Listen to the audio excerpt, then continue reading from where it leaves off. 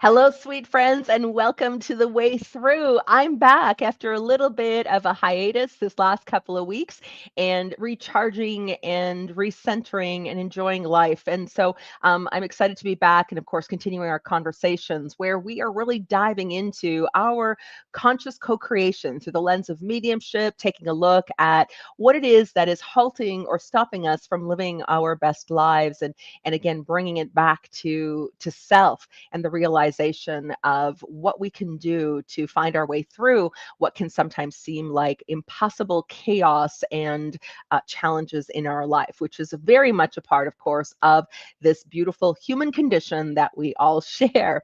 So here we sit in our conversation today. We're talking about surrendering.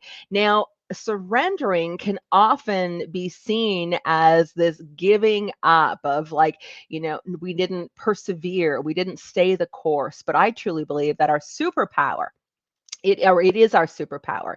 It is what leads us to creating greater trust in ourselves, trust with the universe, trust in life, and of course, in terms of our transformation as well. So we are going to dive into some of the things because this is surrendering has been so misunderstood, and I know I've had conversations with a few of my clients over the last several years where that need to hang on to what we've always known, the need to hang on to what we have relied on in the past, even though it provides some sense of comfort. It's also a way of actually, basically getting in the way of manifesting positive change in our life. So, surrendering.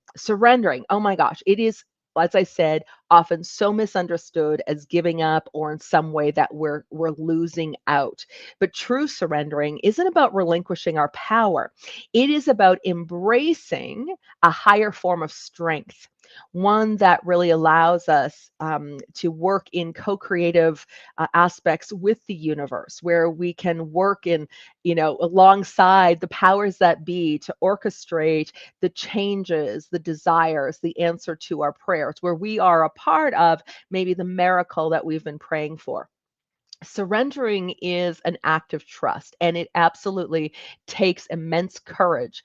But it's also about remembering, always remembering that we're actually not walking this path alone, that we are, even though life is full of complexity, that we have available to us through the unseen world these beings of love and of light and loved ones on the other side and angels and guides, you name it, whatever you can conceptualize. But we have these beautiful beings who are in our corner, who are supporting us when we have the courage to surrender, and when we move into anything in our anything that we're looking to move forward in our life, whether it's a new career, a new relationship, whatever.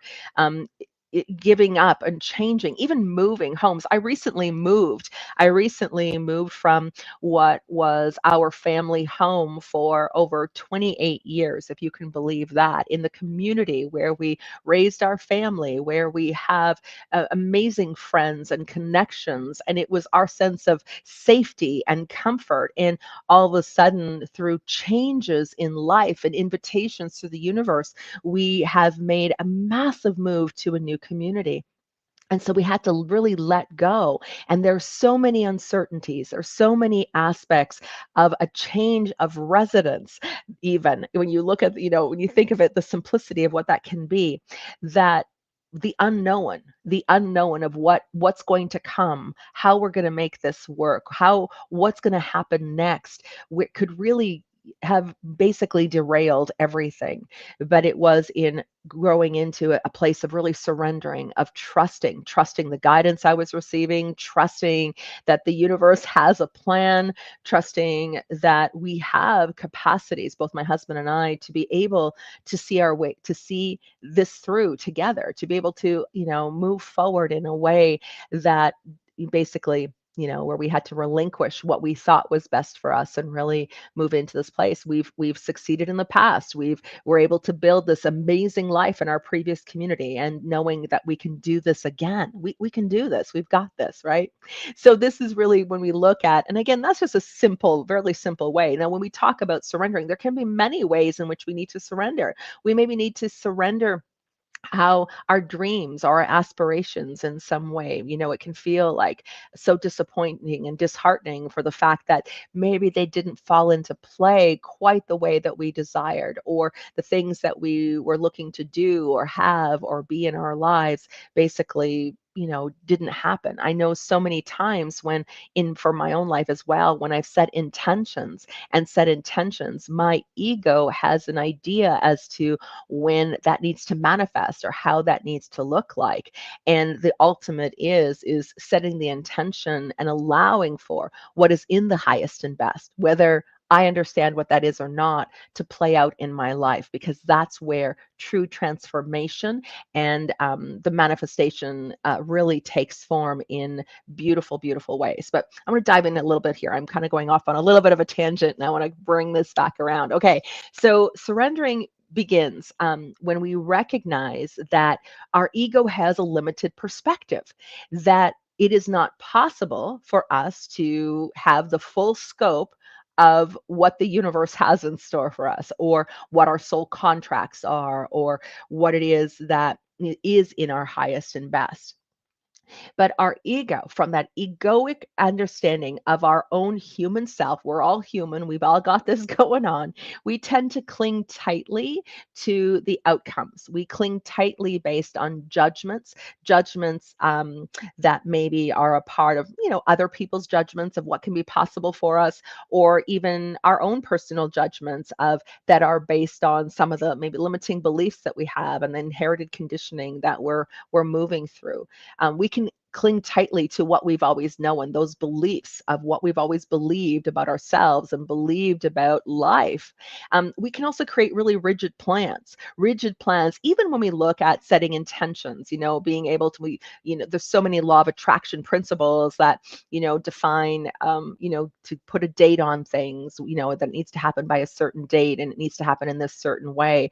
And that's actually not the case. It's about creating the intention for it, and letting go of how it needs to look, or when it happens. It's really and that's the ultimate in terms of what is trusting for it to unfold in the highest and best. But when we cling tightly to anything, what we've known, what we've believed, to the outcome, the rigidity of our plans, we create resistance. And that resistance, it can really hinder what can manifest, and it can hinder our growth and our healing journey as well. So, for instance, we can become obsessively attached to the specific result, which means that maybe it's landing that particular job, or that particular relationship with that, that perfect, ideal, person, in whatever way that may be. There can be what happens when become obsessively attached to that result. We create fear of losing out, fear that generates as fear, like, what if it doesn't happen? What if I'm putting my efforts and energy towards something that isn't meant for me? All of these things where our ego begins to challenge and question, and create the fear of change, even the fear of change. Like, I can go back to my move, and this fear, even though it was something we desired, and it's a positive change, there was still fear in terms of the unknown and fear in that change. But our ego, and it was because, here again, attached to the specifics of how this needs to look. Now, you would think, here I am talking about surrender, that I would have this all ironed out. But the truth is, I don't. I'm human like everyone else. And so when it comes to my capacities to manifest, yeah, I got this. But it doesn't mean I don't run into the same hurdles and the same challenges, because again, we all come with an ego. It's all there. So this fear that begins generating really begins to lead to all kinds of other feelings. We start to question our worthiness, our capacity, our adequacy. Are we good enough? Am I smart enough? Am I talented enough? Am I, successful enough to uphold this? Whatever it is, we begin to question ourselves. And in some way, it's a part of the conditioning where we believe often that happiness depends solely on what happens in the external, or our ability to be happy with life or love the life that we were living is because of what we've accumulated or what has manifested. And so that rigidity, that adhering to the rigidity, it really sets us up for expectation. And expectation, you've heard me talk on the show as well, can really cause more disappointment. It creates a sense of failure when things don't go as planned, or things don't manifest quite the way that we scripted and wrote it out every single day. So it really, when that happens, when those feelings begin to arise, it just reinforces those negative beliefs that we have about ourselves, right? It's a pattern. It's a pattern that traps us in a cycle of seeking validation outside of ourselves, about a cycle that, really plays up in terms that pulls us back into maybe the past, in the wounds, the things that happened to us, years and years ago, that made us believe that we weren't worthy of anything different. And so, everything, we look at the cycle of our thoughts, the cycle of our actions, the cycle of actions can be the way that we sabotage ourselves, simply because we give up on ourself. We don't surrender. Surrender isn't giving up. Surrender is making space for the universe and the divine to really take charge. But when we sit with the belief system that surrendering is losing, or surrendering is giving up, then we give up on ourselves. We stop trying. We stop doing the very practices that have created a sense of well-being in our life. Or even if our healing journey, comes up and it gets challenging or confrontational, then we just, we give up. We stop doing the things. We throw in the towel, and then we become very disheartened. And so all of those emotional reactions are a sign of resistance. It's a sign of resistance rather than reality. And so we look to, beginning to cultivate the courage to surrender instead. And I remember, when I go back many, many years, and I can think of multiple times where I really needed to surrender. I just needed to move into a spaciousness of trust and certainty that the universe had my back, that my prayers were going to be answered, even if they looked a little bit different. And that was really significant when I was in crisis, right before, I would say, right at the point of, we could say, the biggest awakening that I've had, that really set me on my path. Was, this point of crisis where nothing in my life seemed to be the way that I desired it to be. How I felt was, I was in a very low place in my life. I was really struggling. I was, depressed and suicidal, and all of these things that were going on, this turmoil. I was so haunted by the experiences that happened to me in my past. And it was like the past and the present were like completely overlapped, and I couldn't tell the difference between, what year it was, or what life I was living. And so it was at that point where, it was in that context where I remember this prayer that I put out, and this prayer that said, God, like, you either have to take me from this life, or make everything that I've been through meaningful and purposeful for me. Make it happen. There's got to be a reason for everything. And it was at that point, it was this ultimate surrender, this point of absolute humility, not humility, but yeah, I would say humility, that I just really let go. I just let go, and knew that I couldn't continue to strive and to work hard and try to uphold all of the expectations, whether they were expectations I had, or expectations of, of the world around me, or the people around me. It was this ultimate point of absolute surrender. And it was the turning point.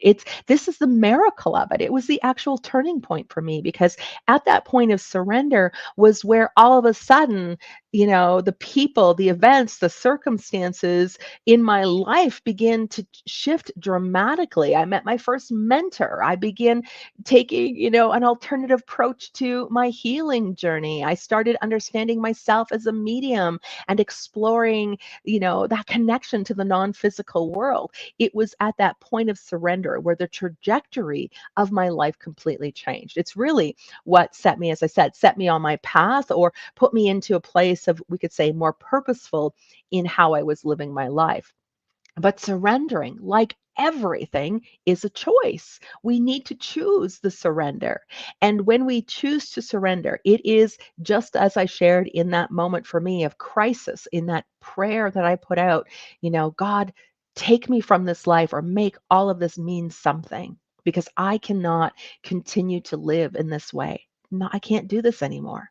And it was the acknowledgement, that choice to surrender in that moment was the acknowledgement that there was a force that was greater than me that was at work, and a force that had the wisdom, the intelligence to guide and direct something that would be towards my highest good.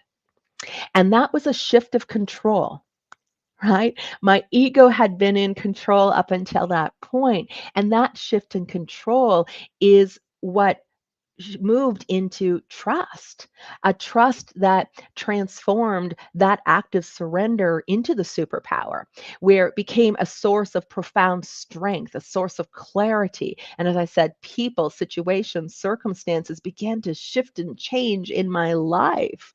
I had the book The Secret sitting on my dresser. It had been given to me as a gift 2 years, 2 years before I actually read it. 2 years that it was sitting there. And it was after that where I picked up the book. It's like crazy when I look back at all of these little signs and things that were available to me. I simply wasn't choosing it. I didn't choose to pick up that book any sooner. I regret that. I regret that because, as I said, but again, we're all on path, and it all happens exactly when we're ready for it to happen.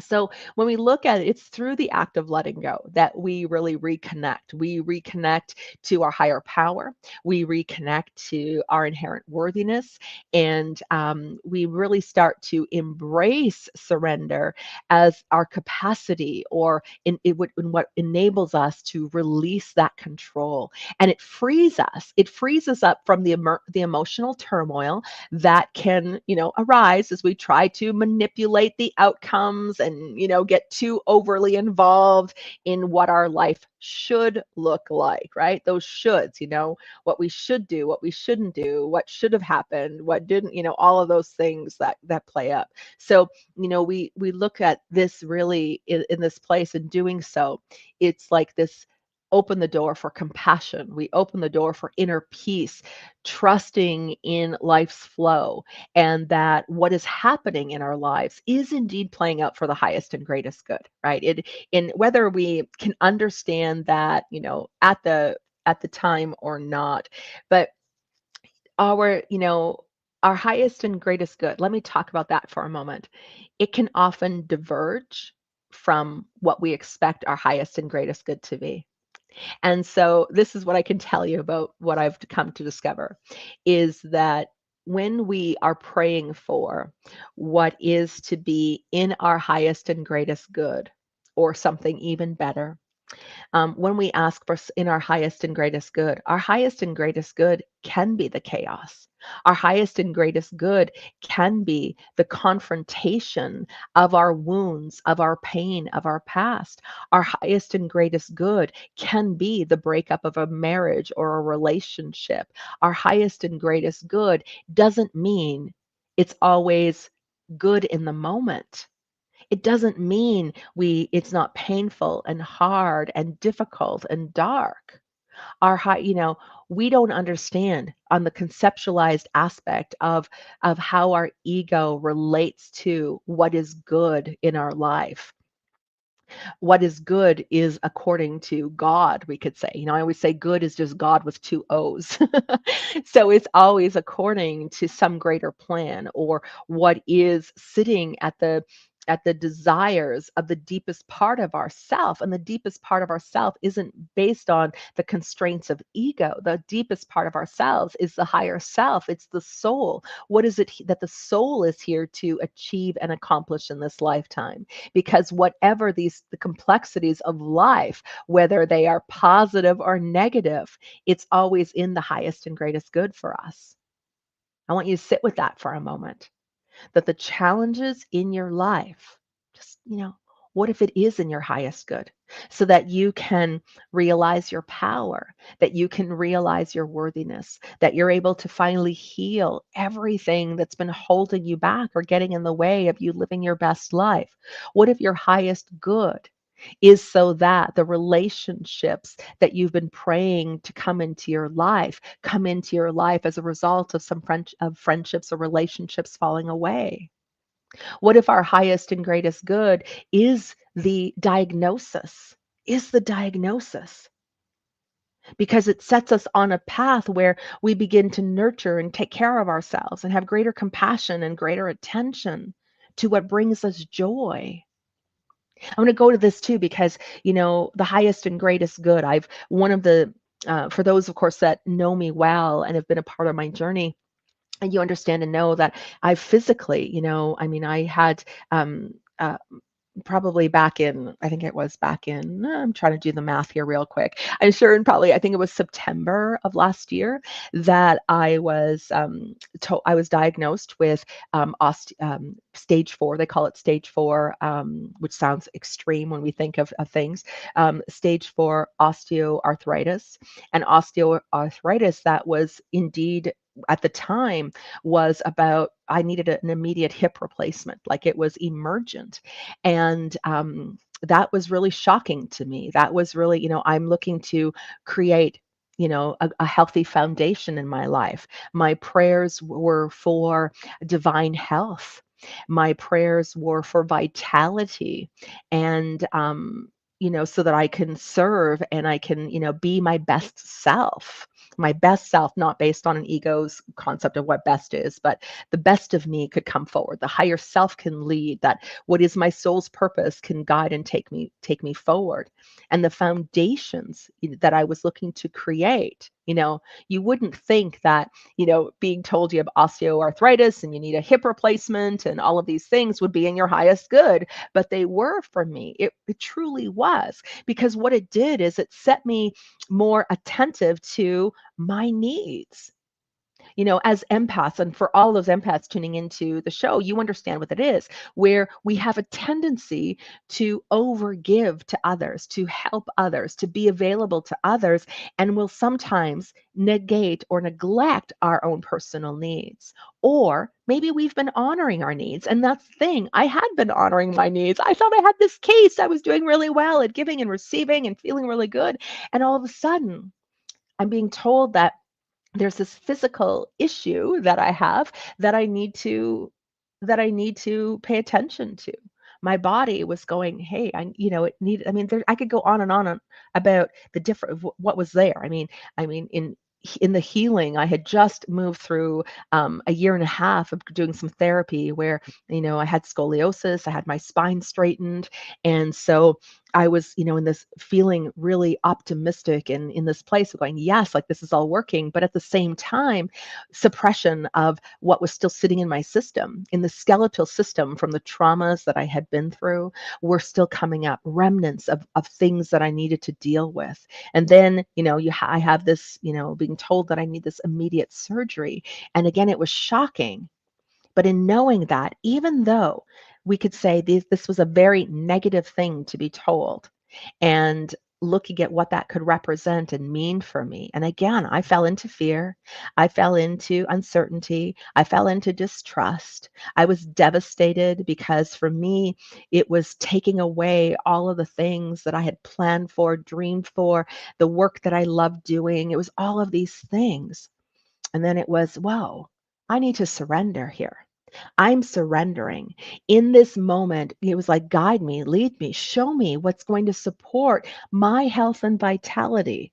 right? So even though this was something negative that was happening, it was in my highest and good, because what it did is it began to have me look at what are the alternative approaches to managing this? How can I increase my health and vitality by looking at the foods, my nutrition, from the different supplements to the food I was eating to how I was honoring, um, even cooking the meal, right? The appreciation of my body. It's really where I found into, instead of, I was upset with my body. I was mad because this was happening to me. I went through all that stuff. But in the same breath, and once I was able to catch myself and really surrender what this was, I began to find the good, and I began to understood that this is a part of the healing journey. What was happening for my highest good, that I had power of choice here to participate in the vitality of my health and well-being, or basically, fall and fall into crisis with it. So I let go of control. I let go of control of how I needed my body to be, and instead began honoring my body, nurturing my body, really allowing myself the space to give and receive in a way I had never done before, in really honoring the capacity of what was possible for me to do every day versus how maybe I used to push myself previously. It's really given me the gift of slowing down, the gift of, I get astrological in this moment, but the my Saturn is in Taurus, which means, and for those, you don't have to know astrology to understand what I'm going to say, but it's the invitation to slow down, the invitation to be, the invitation for silence, stillness, the invitation, right? All of these things, that everything that was this other part of me that was go, go, go, go, go, let's get it done, let's high energy. And I have high energy, but also looking at what's the balance here, the balance. And so my balance legit was being affected, right? And so it's amazing, through the therapies that I've been doing, through the shifting of my belief systems and the way that the choices I've been making each and every day, I've taken myself, the miracle of the mind body connection, the miracle of trusting the guidance that I'm receiving in terms of taking care of myself that may not be according to what other people think I should be doing.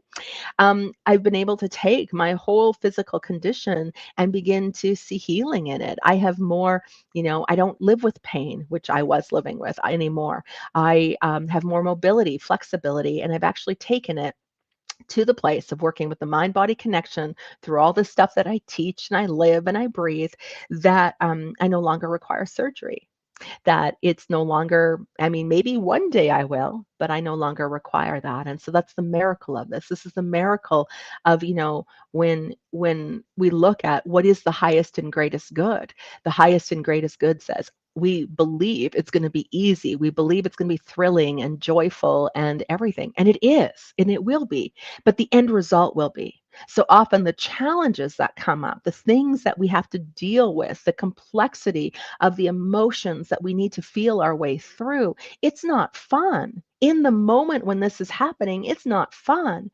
But it's remembering and trusting that even through this experience, that this is in my highest and greatest good, even though it diverges from the expectations of how maybe I thought it should be, right?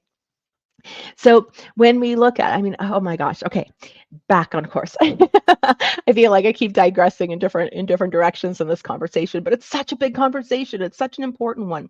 So when we look at here, what's in our highest and greatest good? Well, you've heard me talk time and time again on the show, because it's the foundation and basis of so many things, again, is about authentic resilience and the expectations. Now, if you are someone who is just tuning in to my show for the very first time, I really encourage you to go back and listen to the previous episodes. I did a couple, I've done, not just a couple, but there's two important ones that really are aligned with this conversation today. And one of them is one that's called Authentic Resilience, and the other one is The Weight of Expectation. And both of those shows would have been something early last year, or like August, September last year when the show launched. You'll find them. I really encourage you to go back to them, because it really speaks to what I've just been talking about. That surrendering is not just about honoring what is at our highest and good, even if it doesn't look isn't it's not fun in the process, and what we're going through is extremely challenging. But surrendering is a part of what fosters that true resilience. It is what actually dissolves the expectation. So the act of surrender, where we're not giving up, we're not giving in. I always say it's not giving up in terms of our 3D reality or giving up in terms of life as we know it. It's about giving up to the universe, giving up to our higher power, to the divine, to guide, to lead, to direct it beyond what we've believed, about ourselves and what's possible. So it is here that we understand that it's once we begin to cultivate that true resilience, once we are dissolving the expectations, we begin to understand that we are a part of a very interconnected universal system that is in perfection. And perfection, that means it doesn't mean we're not going to have setbacks. It doesn't mean things aren't going to become challenging, or as I said, what's in our highest and greatest good isn't always pretty. But it's not without the absence of it, but it is about us. It's about the trust in the process itself. Trusting that the universe has our back, trusting the process of life, trusting that our prayers are being answered. They just maybe are being answered in a way that looks a little bit different than what we had planned or expected.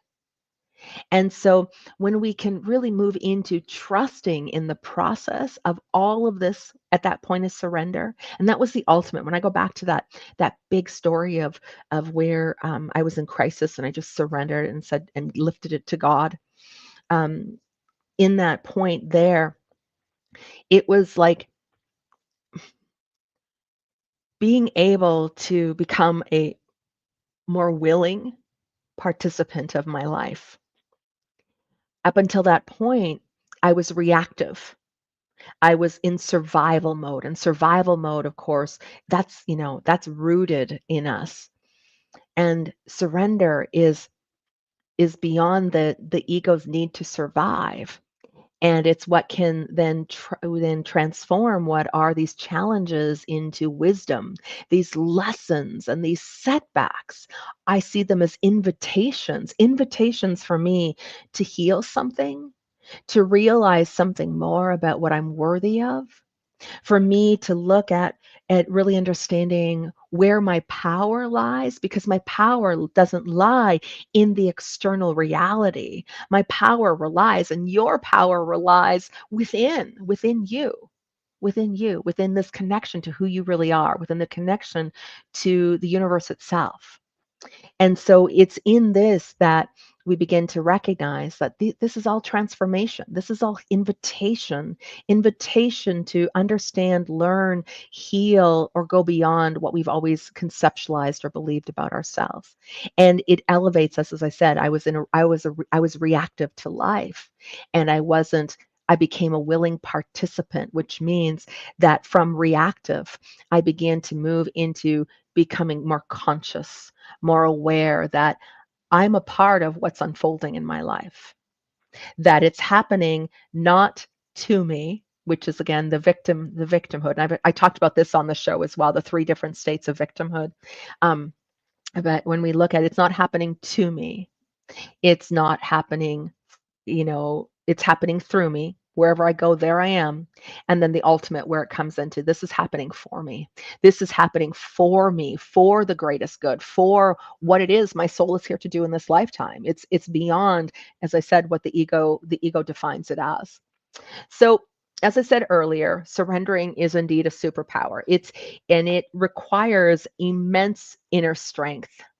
And I had a conversation with a client yesterday who was just saying, how she really didn't feel like she's a very strong person because of all of the challenges that she had, and this defeatist energy that she was moving through, and just feeling like all her efforts, everything she was striving for, everything she, even striving for, which means, even getting up in the morning, being able to put 2 feet on the floor and get the day started, she didn't feel like she was strong enough.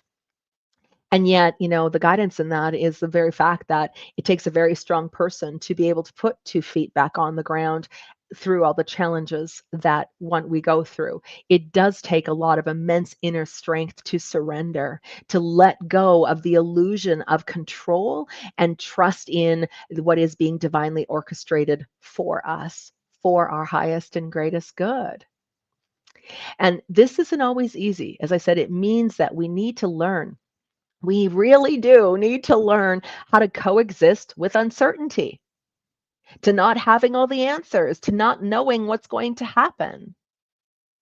It's also about learning how to find peace amidst the chaos. It's like, can we create an inner peace within us, irregardless of what's happening in the world around us?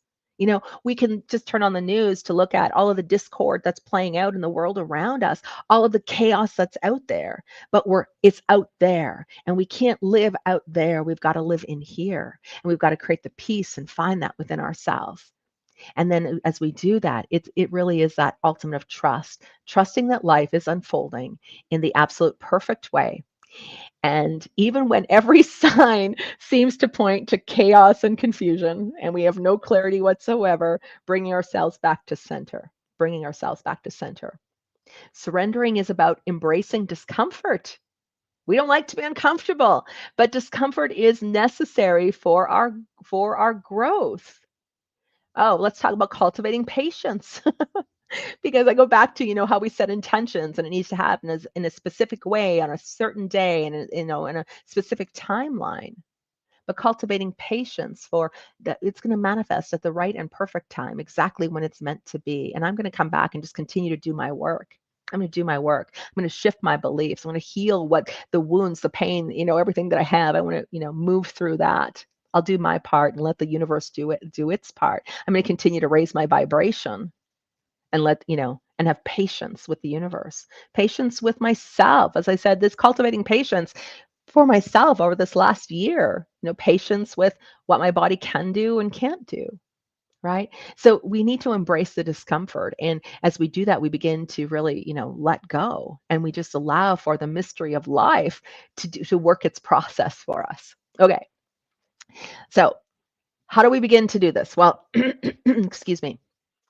One of the things that I am adamant about, of course, is meditation.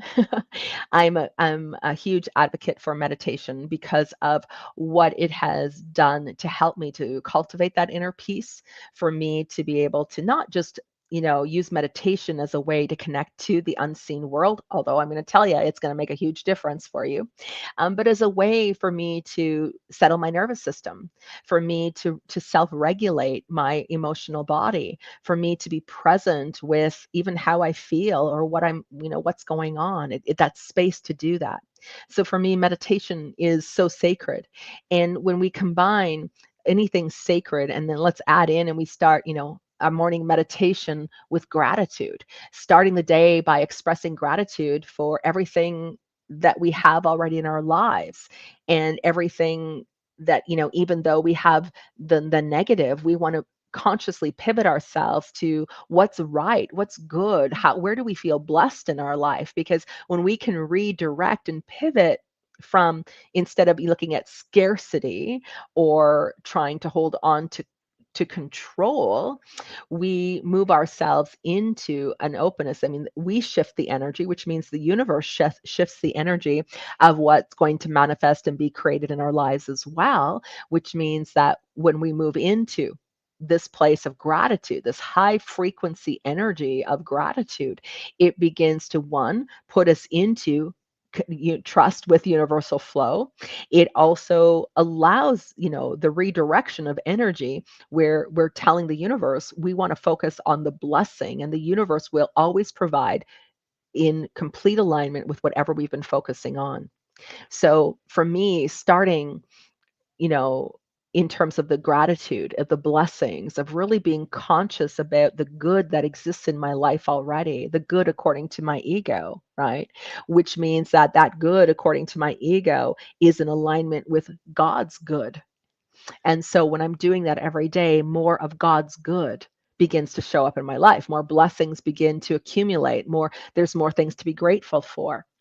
And the meditations, the conscious way of doing this, and it just activating, it continues to activate the energy, activate the energy, activate the energy, which means that, those prayers, the things I've been looking to create in my life, or the healing of my body, if it wasn't for, this practice of being able to bless my body through this and being grateful for my body, I don't know if my body would even be where it's at this point in time. It's like all of these factors are, make such a significant difference, but because we have nothing tangible to back it up with before we begin, we don't want to begin. But I'm going to invite you to begin.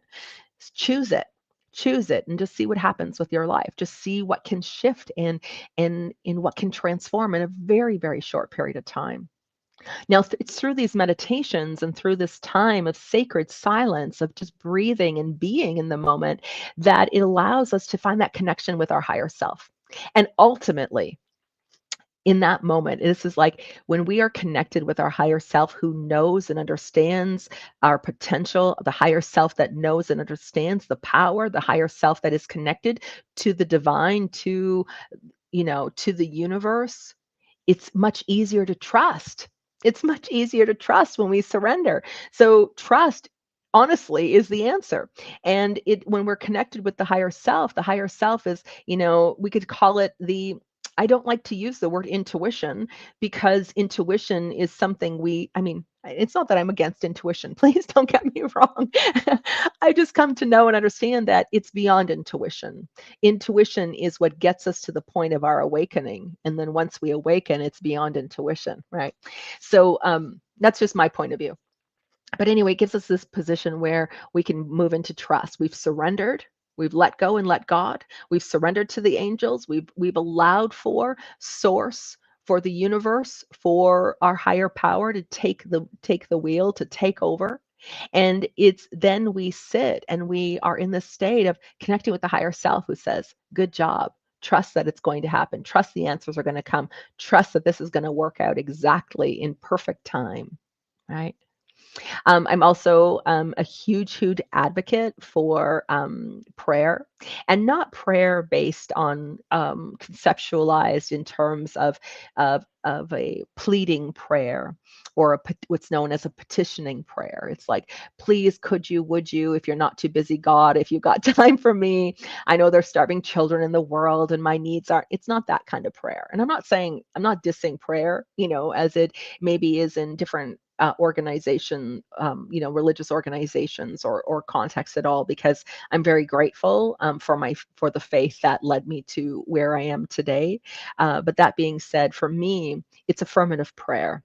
It's affirmative prayer that reminds me, it's like, of trust. I'm speaking over my life, for my life. I'm advocating with the universe in a way that is affirmative and is invoking trust. Trust. Trust in what's playing out. Trust that I'm going to have the answer. Trust that this is, it's all is well. It's all, just allowing myself to move into this. I surrender. All is well. I'm giving this up. I'm trusting for, thank you to the universe, and trusting for the divine to come forward and through and allow this to be greater ease in my life. Thank you for the peace that is my life. Is a prayer. That statement alone, thank you for the peace that is my life, is a prayer. And it's affirming that peace exists, even if we're in the middle of chaos. We're giving the universe our order every time we shift through this prayerfulness. So it's being very prayerful about my life, which means that, and I think prayerful even can come into forgiveness. Forgiveness is a really big topic. And of course, it's been a part of conversation before, and it will continue to be a part of conversation. But send love and forgiveness to yourself. Send love and forgiveness for the stories, for the conditioning that has kept you trapped, or to the ego. That act alone can really open your heart up, and it opens you up not just to acceptance of what is, and allowing, the trust to come forward, but allows for flow, for the energy to flow, instead of feeling like you're trapped. or heavy or weighted. So just, look to these ways. I mean, I'm just sharing with you, what I do on a daily, what I do in a moment to moment sometimes when life can be, treacherous. I also really love to, if you're someone, the loving kindness practice is so great. Send love and kindness to yourself and the world. If you can't do the forgiveness, send love and kindness to yourself. Send it to the world. Send it to other people. That'll help to cultivate compassion, also patience, and those really are necessary qualities for surrender and for trusting in divine timing, trusting in the universe, trusting, as I said, the universe has a plan, So just look to these ways. There's simple daily things that you can do. Yes, of course, affirmations are great, but affirmations alone, we want to make sure we're moving the energy always. We want to make sure that we are concentrating on creating flow, the flow aligning with the same consciousness that flows, that creates miracles, aligning with the flow of love, aligning, and all of that is an energetic component to it. So affirmations are great, but they need to be combined with with other practices. Okay. So again, wrapping up. Oh my gosh, we are at the tail end of the show. So this is kind of the message, sweet friends. When we choose to go beyond what we've always known and what we've believed about ourselves, which of course, you've heard me talk in the show, that's often rooted in our inherited conditioning. It's entangled in those unhealthy paradigms that we all play in, those belief systems that we hold. When we choose to go beyond that, we open the door to living miracles in our life. And in a life that me, that we're all really worthy of living. Those ingrained beliefs, those are shaped by society, the familial, the culture pressures, those expectations, and that can really trap us in those patterns of self-doubt and limitation and fear. And yet, the universe, in response to our heartfelt trust, to that surrender, will demonstrate this beautiful life as our reward for letting go. More abundance, more joy, more peace, more fulfillment that surpasses the expectation, especially when we align ourselves with that flow of creation.